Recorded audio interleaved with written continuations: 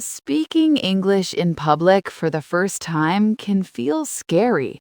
What happens in your body and how to feel ready? You are not alone. Almost every learner feels this. And today, we talk about it. I am Max. And I am Chloe. We are so happy you are here. If you are learning English at the A2 level, this episode is for you. Let me tell you about someone. His name is Leo. Tell me about Leo. Leo is from Brazil. He studied English for 2 years. He watched videos online every day. He read short articles. He practiced at home in front of a mirror. That sounds like a lot of work. Yes, he worked hard. He knew many words. He understood a lot. But one day, he had to go to a coffee shop, a real one, and order his coffee in English. Just a coffee. Just a coffee. But when he walked in and looked at the menu, something happened. His heart started beating very fast. His hands felt cold. His mind went empty.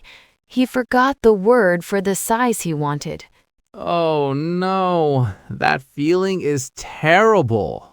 He stood at the counter. He was smiling, but he could not speak for 10 long seconds.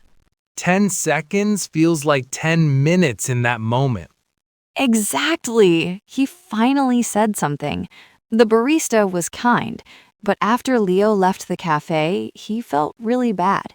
He said to himself, I study every day. I know English. So why could I not speak? But was he bad at English? Not at all. His body was doing something very normal, something that happens to almost every learner the first time they try to speak outside. So what did Leo do after that? He did not stop. He kept going, and he found 4 ideas that helped him. Those are our 4 ideas today. Let us start. Idea number 1. What you feel in your body is normal. It is not a sign that you are bad at English. Yes, when you feel nervous, your heart beats faster, your hands get cold, your mind feels busy and empty at the same time. This happens to everyone, even people who speak very good English. Your body thinks, this is important. I need to help. So it sends energy everywhere, to your heart, to your hands, to your brain. But sometimes that energy feels scary, like something is wrong. But nothing is wrong. Your body is not broken. It is working. It is trying to prepare you. Leo understood this after some time. He said to himself, I am not scared because I am bad at English. I am nervous because this moment is important to me. I want to do well. And when you understand that, the feeling gets a little smaller. Not gone, but smaller. You breathe slowly. You say to yourself, okay, I feel nervous. That is normal. I can do this anyway.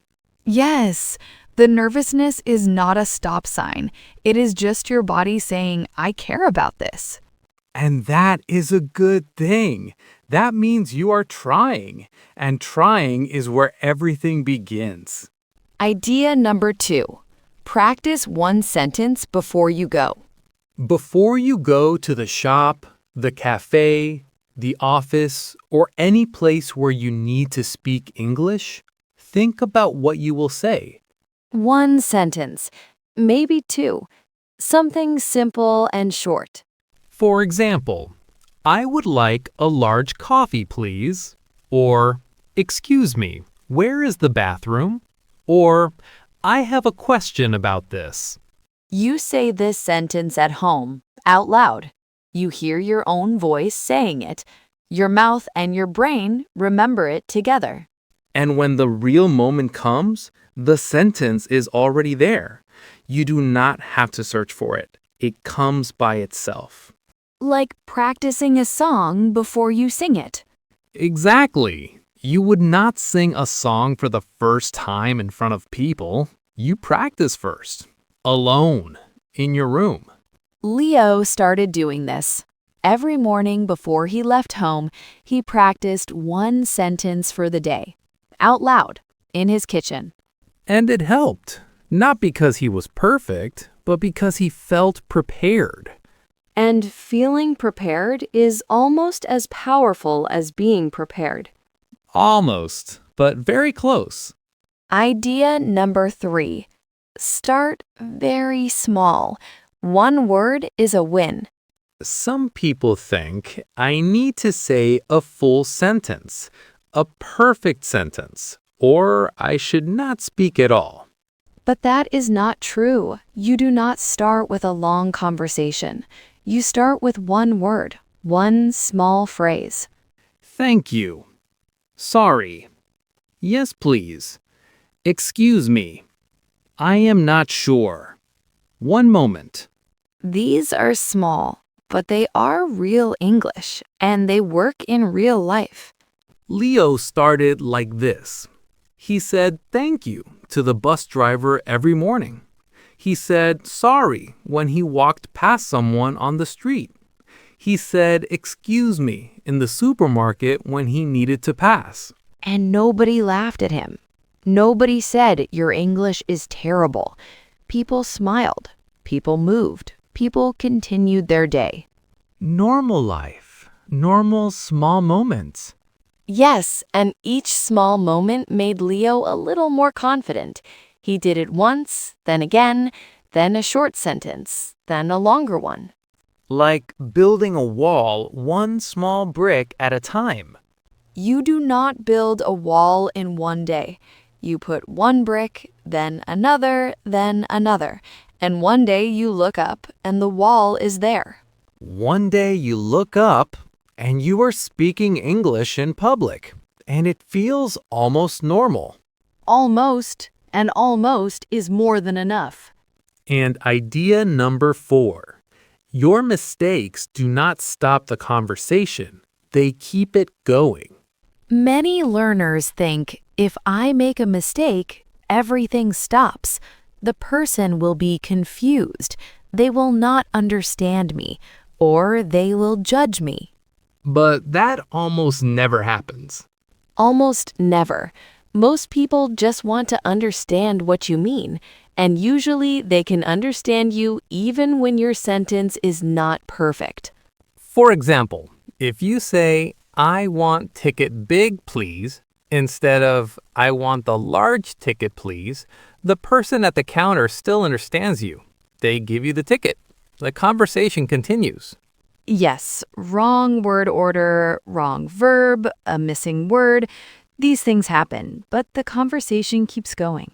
What matters most is that you opened your mouth, that you tried. And every mistake is a small lesson. You say the wrong word, you notice it. The next time, you remember the right one. That is how speaking grows. Not from waiting until you are perfect, from speaking while you are still learning. Especially while you are still learning. Leo made many mistakes. He knew it, but people understood him every time, and he kept talking. After a few weeks, Leo went back to that same café, the same place where his mind went empty. And this time, he ordered his coffee. His voice was clear, his hands were calm. He even asked a question about the menu. Did he still feel nervous? A little, but it was a different nervous. It was the small nervous feeling of someone who has done this before, not the big fear of someone who has never tried. And that is a very big difference. A very big difference. Okay, time for our vocabulary break. 4 words from today. Nervous. When you feel nervous, you feel worried and a little scared before something important. Your heart beats fast. Your hands may feel cold. It is a normal feeling. Word number 2. Confident. When you feel confident, you believe you can do something. You feel ready. Confidence does not come from thinking, it comes from doing. Small actions make you more confident every day. Word number 3. Courage. Courage means you do something even when you feel scared. You feel the fear, but you do it anyway. Speaking English in a new place takes real courage. Word number 4. Practice. When you practice something, you do it again and again to get better.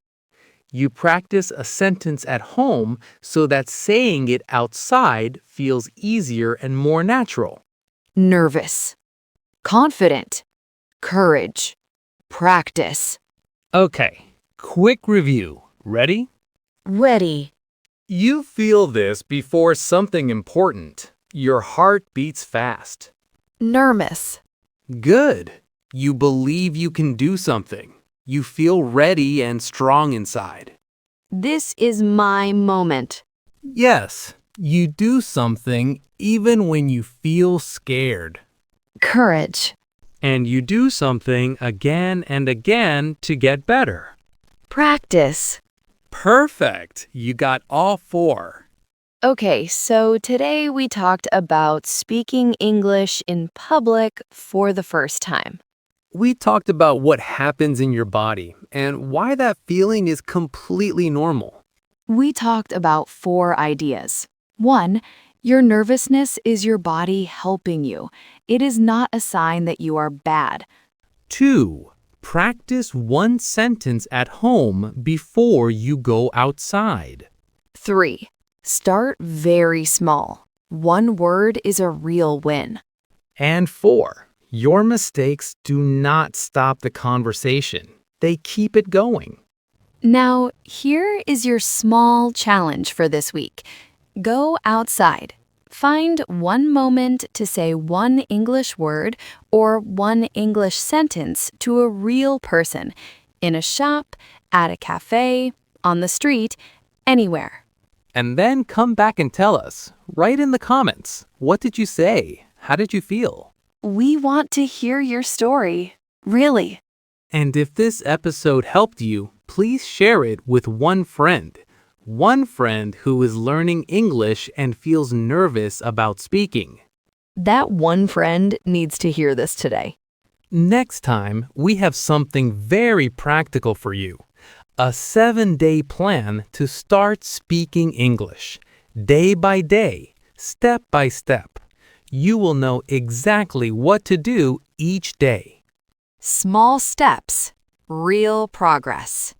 So follow us. You do not want to miss that one. See you next time. Bye.